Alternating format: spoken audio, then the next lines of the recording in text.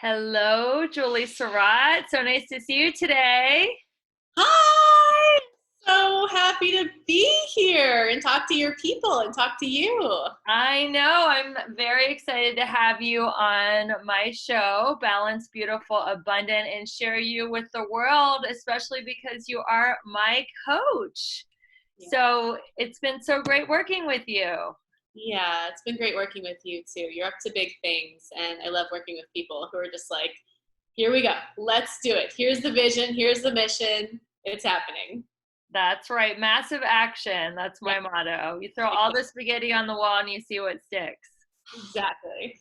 So let's hear a little bit about your story. I know you're from St. Louis and you got your master's in marine biology. Help me fill in the gaps.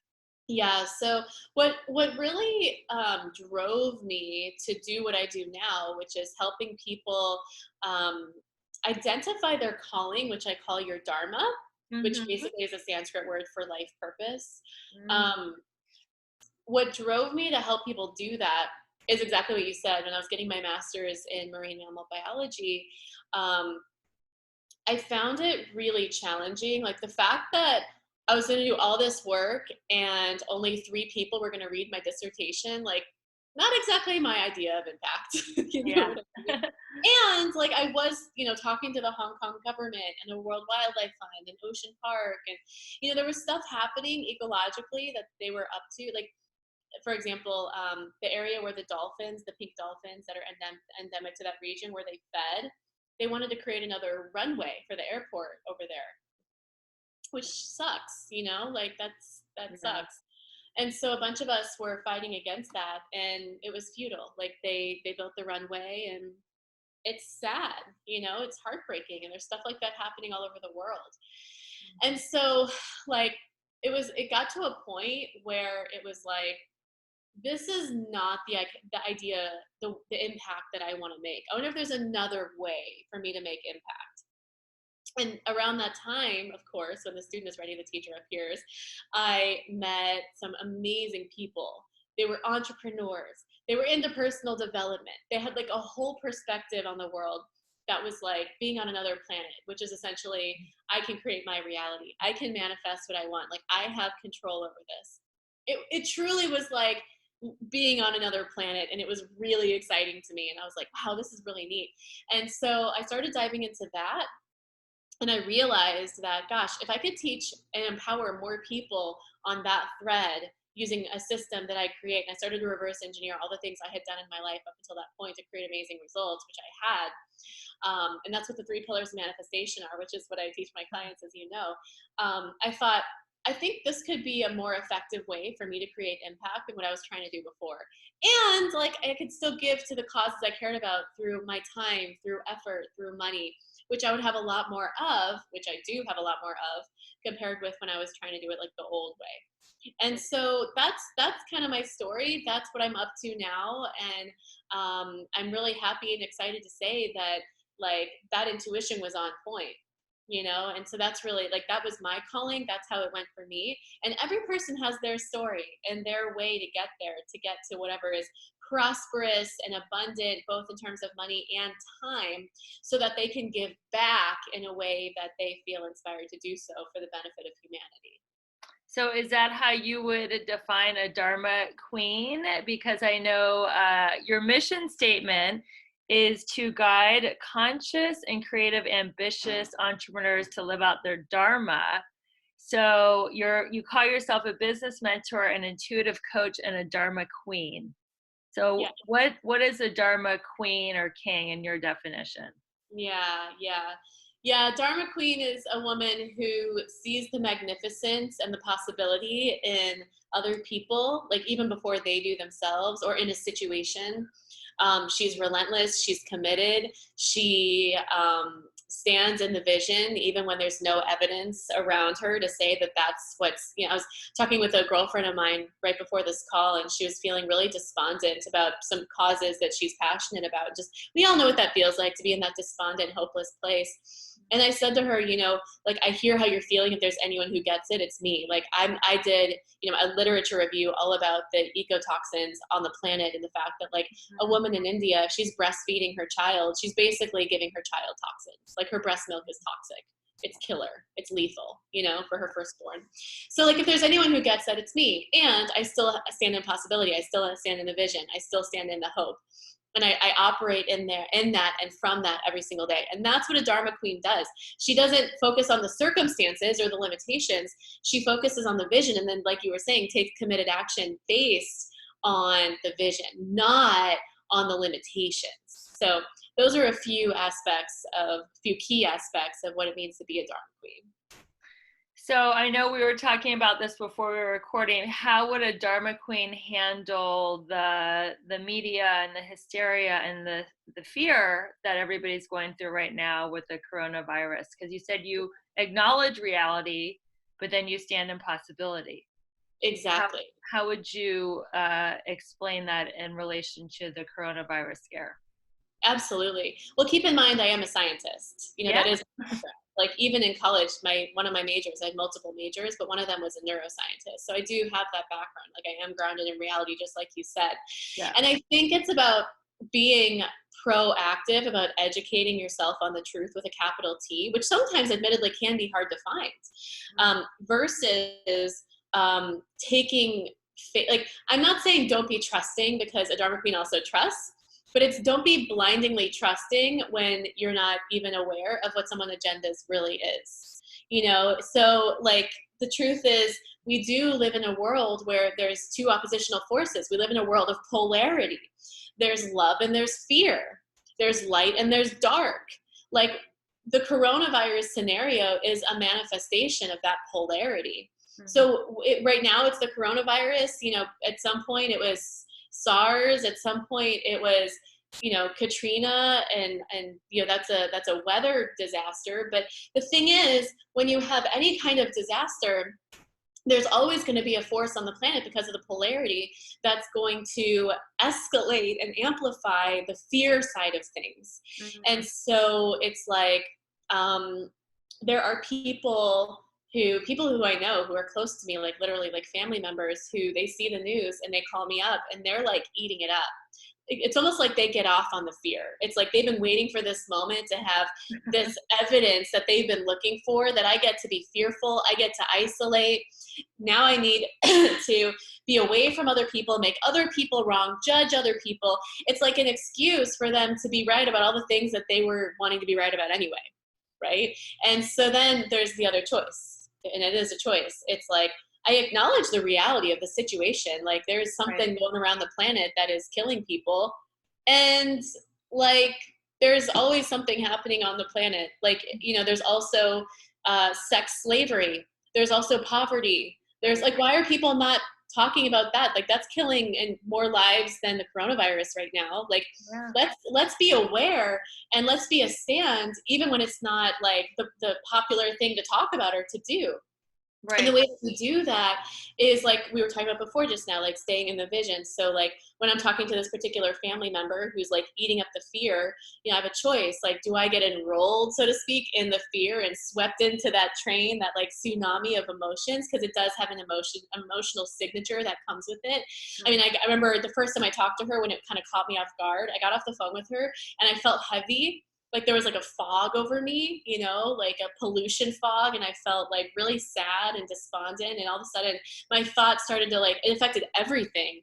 It was affecting my business. It was affecting my relationship. It just was affecting everything. And that's exactly what that black, dark, fierce energy wants us to experience. Like, and that's there, whether it's the coronavirus or whatever is happening in the world. Right. And so then it's like, great. So how do I shift back into the light?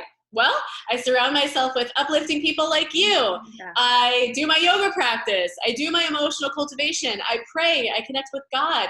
I pray for discernment and truth. I look up the facts. You know, there's a great website called highwire.com. I think that's the name of the website in this particular situation. I was watching the video earlier. We'll put that in the notes. Yeah, it's highwire.com with Del Bigtree. It's just a resource, and my experience of them is very objective. So that's really like my qualifier. Like, are they objective? Then okay, then I see that as more truthful. It's not like they have an agenda. It's sponsored by people. Anyway, so I educate myself. I connect myself with people, you know, like Matt, my boyfriend, like he and I are very much on the same page. We're a unified force that like we get the reality. Like he was supposed to go on a cruise in a couple of weeks and he's not going to go, you know? So Right. we're like in acknowledgement of that. And we get to, be reasonable Yeah. and be a stand for love and be in the energy and the vibration that is high vibe, right? So it's not mutually exclusive. Like you can still be high vibe and have hard stuff happening around you. Does that make sense? Yeah. So what does being in alignment mean to you? Because your mission statement is that you help people live out their dharma so they can be abundant and in alignment and manifest more time, money, and freedom. So does that mean alignment with their high vibe or alignment with their life purpose? So it's a double question. After you define what alignment means, how do you help clients find their life purpose? So I they're kind of love related. I love that so much. Yeah, alignment it's such a buzzword right now, quite honestly. But it is important, you know, it's like if you like, let's talk about physical alignment, you know, like I love going to the chiropractor. And one Mhm. of the reasons I go is because I've learned the difference between what it feels like to have my spine be in alignment and not be in alignment. Like it feels really different. So like before I ran the business that I'm doing, that we're the Dharma Circle that we do now, I like rewind back to when I graduated college. I went to New York after college and I was in corporate, like what I was supposed to do. You know, I don't regret that. I'm really glad I did that. I have no like resentment or begrudgingness around that because I think people in their 20s get to have that experience of like working and grinding and getting to know themselves. Like I think that's a really key part that people in their 20s get to have. And I'm really grateful I got to have that. And the job that I was in was definitely not in alignment, and I got to learn that. I got to learn the contrast, right? And so I was feeling down, I was feeling bad, and symptoms of not being in alignment, for example, are I was sick. I was literally sick all the time. Like I had respiratory issues all the time. I had pre-arthritis happening in my joints, like in my knee. I had migraines all the time. I was in a codependent relationship. I was like emotionally addicted to food. Like that's not alignment, right? Mhm. So one day, again, when the student is ready, the teacher appears, I made a choice and I was like, I can't keep doing this. Like, there has to be another way. And at that point, personal development coaching, like this, it wasn't really a thing. You didn't see it all over the internet. You know, I mean, smartphones had just come out. So it wasn't like people were on their Facebook all the time and that sort of thing, Facebook ads and whatever. And so all I had was intuition. And I just had this intuition. I remember I went home for the holidays. I went back to St. Louis from New York for the holidays, and I remember saying to one of my family members, like, "What do you do when you really don't like your work? Like, what do you do when you feel like really off, like when you're unhappy?" And she thought about it, and she said, "Well, like I get a new shampoo or a new mascara, and you know, like it's something to look forward to when I wake up in the morning." Consumerism. And I was like, okay, I don't think she gets it. Not what I'm trying to find out. Exactly. And so I was like, okay, I get to figure this out. And I also knew that it wasn't exactly making my parents happy that I was actively looking for ways to get out of the job. Right. So like I have this actually great job in New York City, like that I wasn't even really qualified for, quite honestly. Like I've been manifesting from a really young age. And so I had this great job. Why am I not happy? There was just something in my heart that was like, oh, there just is something more. It was like an intuition, a calling. So that's when the answers start to come. And so like if you're watching this and you're having an experience like that, look for answers. And when the answers come, don't be the person that's like, oh, but I didn't want it to come that way. Or I don't want to have to do it. I don't want to have to take committed action now that I know the answer. Like, don't be conditional with God when God answers you and the angels, right? Exactly. And so all of a sudden, I'm living in this building. I've been in it for 2.5 years. And all of a sudden, I noticed the yoga studio in the bottom floor of my building. It'd been there the whole time, and I'm Yeah. only now seeing it.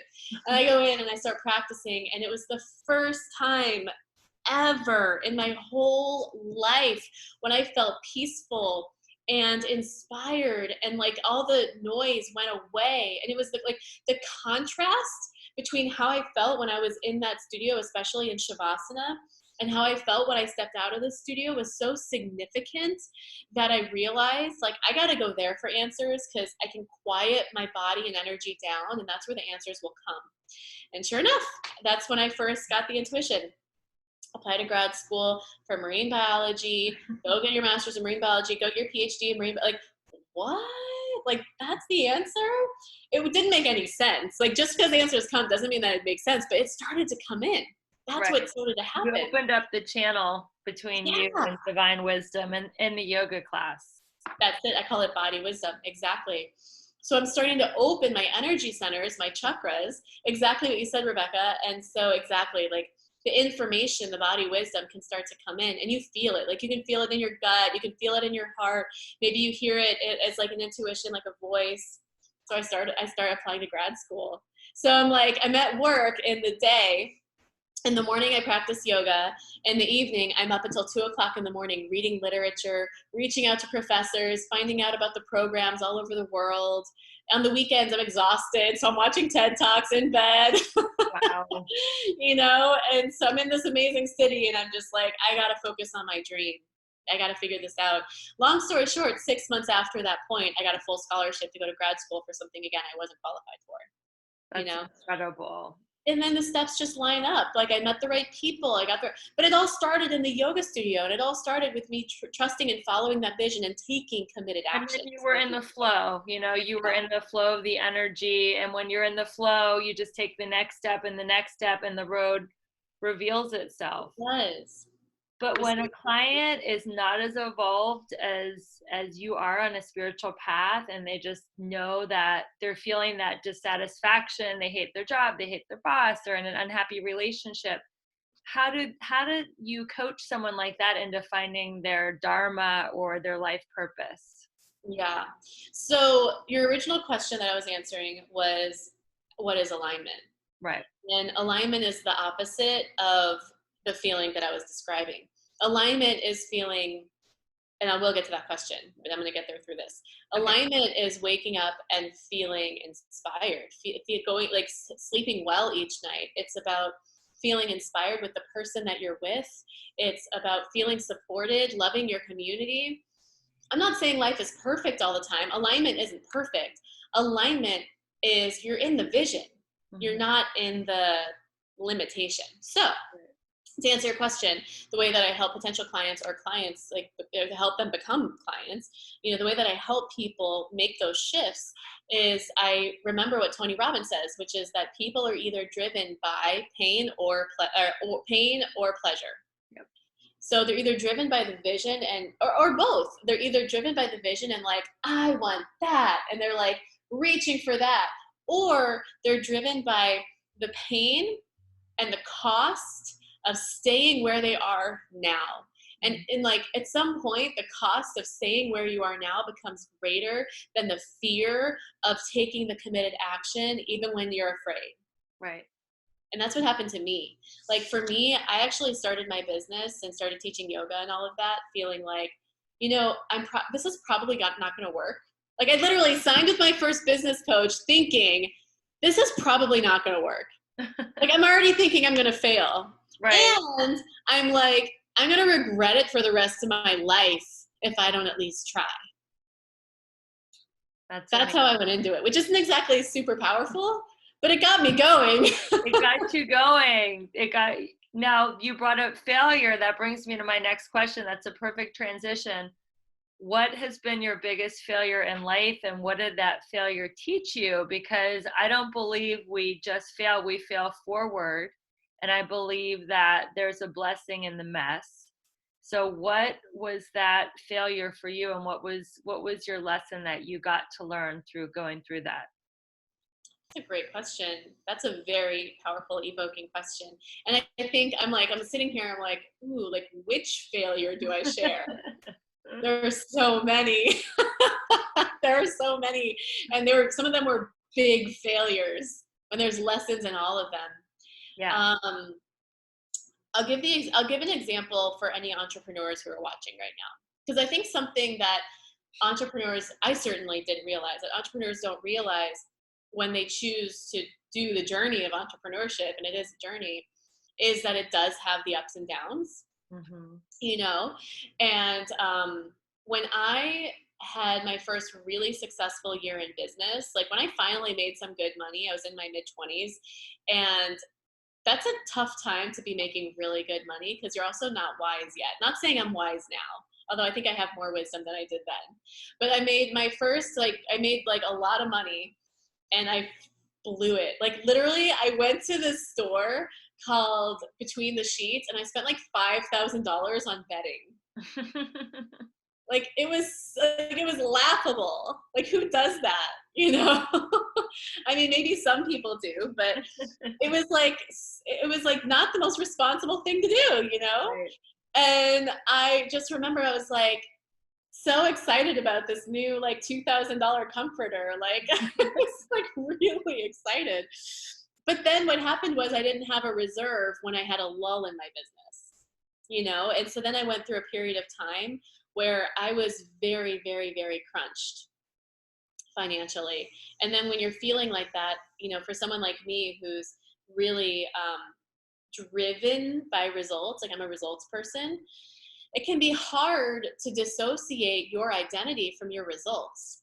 And Mm-hmm. so I started to internalize the failure that I was experiencing of having like such little cash, like my accounts being in the negative, my credit cards being maxed out, like feeling like shame that I was a bad person, that I mean, it sounds kind of crazy when you say it, but I've been like, I used to feel like that. Like, I went through a moment of feeling that, and that felt like a really big failure. And I remember feeling like, am I going to get out of this ever? Am I ever going to be on the other side of this? Am I ever going to like make great money again?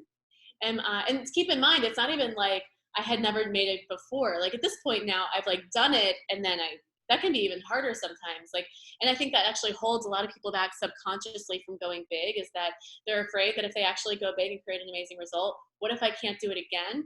Or what if I'm not going to be a responsible, great steward of money? Or what if, I mean, there's all kinds of stuff that comes up that blocks people from even getting there in the first place. And here I was facing this moment of like, am I just an imposter? Like, was it just luck? Did I just like step on some luck and now I'm out of luck? You know, like it's somehow outside of me, right? Mm-hmm. And so that was hard. That was a failure for me. That was really hard. I haven't really told this story before, so I'm thinking like, when and how did I shift? It's not like one of those stories I have that I've told 1,000 times. And What I like year was that? What year did you kind of hit that financial bottom? that was a year into my business, Like and what so year? I started from What year? nothing.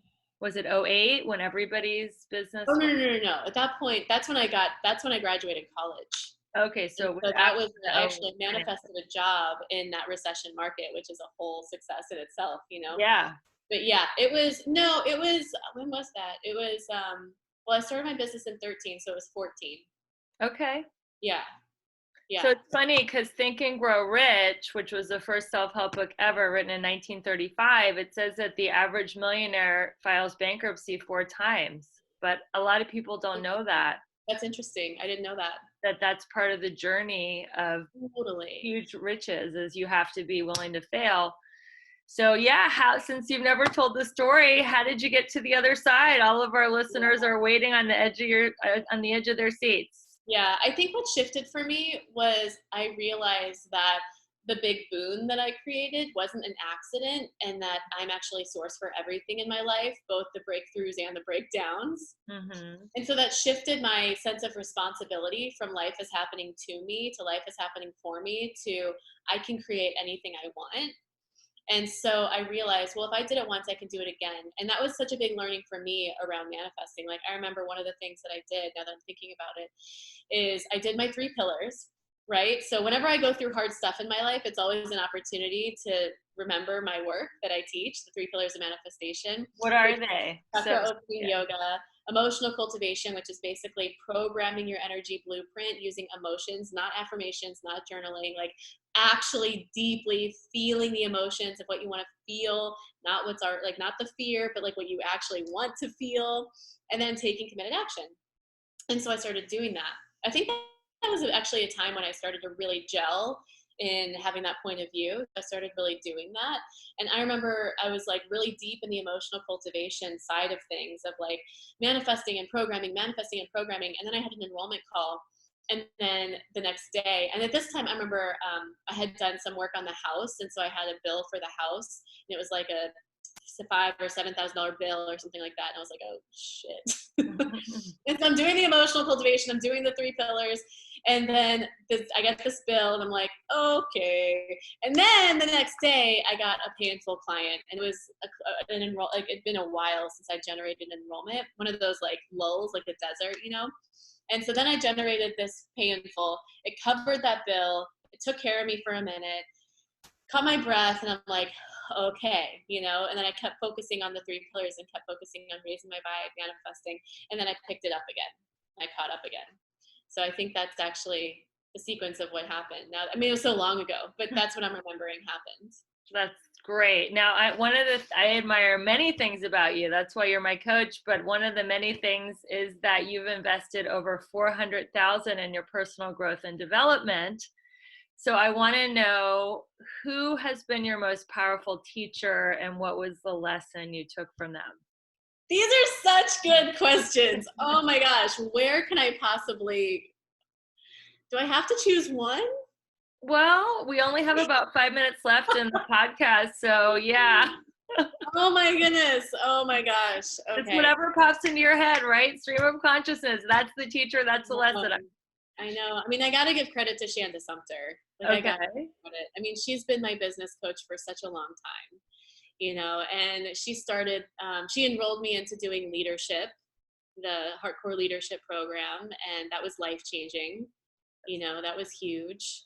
And those two things were pivotal. I mean, other than that, if I had to give credit to someone else, it would be my first yoga teachers, you know, both in New York and Hong Kong. What was the best lesson that Shanda taught you about business? Let things bleed. And what does that mean? What it means is that it's okay if something, like, for example, let me give a specific example. Okay, so I my website was like really shitty for a really long time. Like, it just, like, the links didn't work. I mean, it was pretty, like my branding people did it, so it was beautiful, but it just like wasn't really very functional. And it wasn't really like, it wasn't, as far as if people went to my website, I don't think it was generating leads or anything like that. Like, it wasn't like doing anything, you know, it was just kind of pretty. It was sitting pretty, not doing anything. And so because I learned to let things bleed, I knew to not focus on that and not make a big deal out of it and not feel ashamed of it, or like focus, anything on it. And so I let it be, I let it be, I let it be. I focused on where my time was best spent, which was enrolling people into Maya, Money Alignment Yoga Academy, which was coaching my clients and helping them have amazing results, which was being a contribution to the other communities that I'm in. And then finally it got to a point, I was on Elevator Pitch just this past year, that TV show. And that's when I was like, okay, this website is about to be seen by millions of people. It's time to fix this. And so like a month and a half before the show went live, I connected with a girlfriend of mine. I was like, my website really needs help, you know, but that website was like really not good for many, many, many years, until it got to a point where I was like, this gets to be handled because now it's a priority because millions of people are about to see it, you know? So letting things bleed, that's what that means. Does that make sense? Yeah. It just like kind of what you told me the other week about focus on my zone of genius. Yeah. Focus on what I can do and what I'm good at, and then either let it bleed or delegate it, which is what you did when you realized you were going to be on that show in front of millions of people, is you delegated it to someone who could fix it. That's right. That's it. So my 7 pillars are spirituality, physical fitness, emotional, romantic, mental, social, and finally financial, but they all link together. Of course. So in your opinion, how does spirituality link to making money? Because I know you're relatively young. You're making great money. You're approaching the 7-figure mark this year.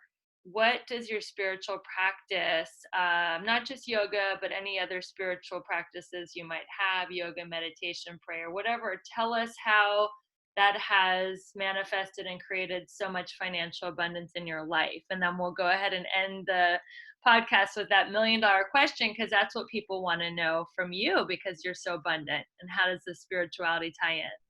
These are such good questions, seriously. Okay, well, money just makes you more of who you are. Right. And so to me, my number one priority, my number one priority and number one focus is my relationship with God.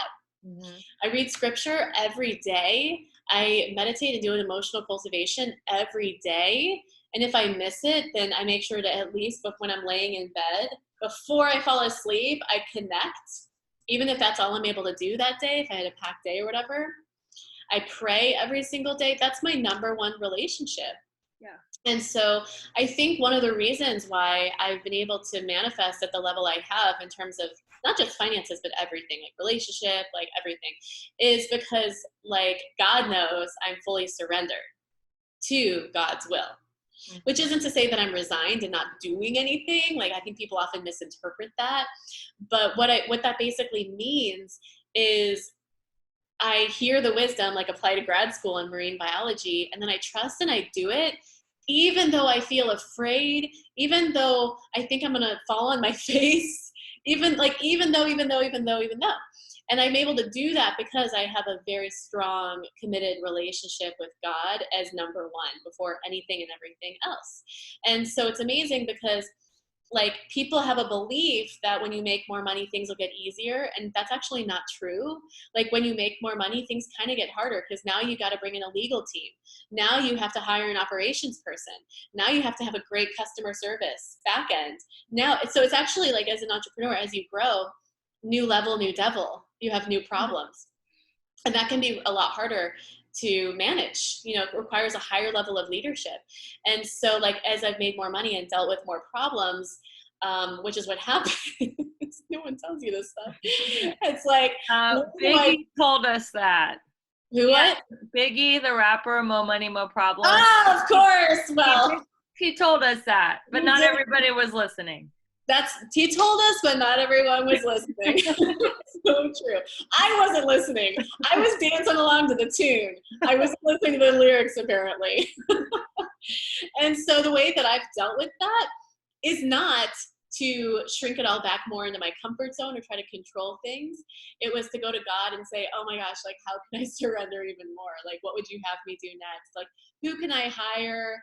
Like, what do I need to do? Like, how can I expand to make a bigger impact so I can make bigger income? Like, what do I get to do? What gets to happen here? And I'll be honest, it takes a lot of bravery to operate at that level of surrender and trust. And it works for people who are willing to do it. And I'm not saying it's easy. I'm not saying it's for everyone, although everyone can choose it. And it's a pretty awesome place to live. It really is, to me, where the freedom is. So it's so counterintuitive because you're basically saying the more money you make, the more you have to surrender. Yes. Michael Singer, The Surrender Experiment, great book on that topic. That is a great book. Well, this discussion has been delightful. I am excited to go deeper with you in these issues as we grow in our coaching relationship. So how do people stay in touch with you? My Instagram account is pretty active. That's at the Dharma Circle. I've got my Facebook. My personal page is always available for people to friend. I do my Dharma Talk Tuesdays every Tuesday on there, which is my videos talking about Dharma of various details and topics. And then also we have the free gift, right? Which is a chakra quiz. So some people ask me, like you said, like what is alignment? How do you achieve it? Well, one of the ways that you can create alignment is to clear energetic blocks in your body. Mm-hmm. And so if you're wondering where you're actually blocked, I have a quiz called a chakra quiz that you can take to identify where you're blocked. And then what's amazing is you can use yoga or many other modalities, but I like yoga the best, to actually clear those centers and then you'll start manifesting differently in your life when those centers are cleared. So the chakra quiz is another way to not only be connected to me, but also to get a next level of clarity for yourself. That's beautiful. Well, thank you so much for sharing time with us. You are just such a light and a master manifester and an inspiration to me and many other entrepreneurs. So thank you for sharing your wisdom. And I look forward to our next coaching call. Rebecca, thank you. Thank you for having me on your amazing platform with your people. And great questions. This is one of the best interviews I've ever had. So thank you for who you are and what you're standing for. And I love every minute I get to spend with you. All right. Well, love you so much. Have a great afternoon. Thanks for listening, everyone, to the Balanced, Beautiful, and Abundant podcast. And we'll see you next time. Bye.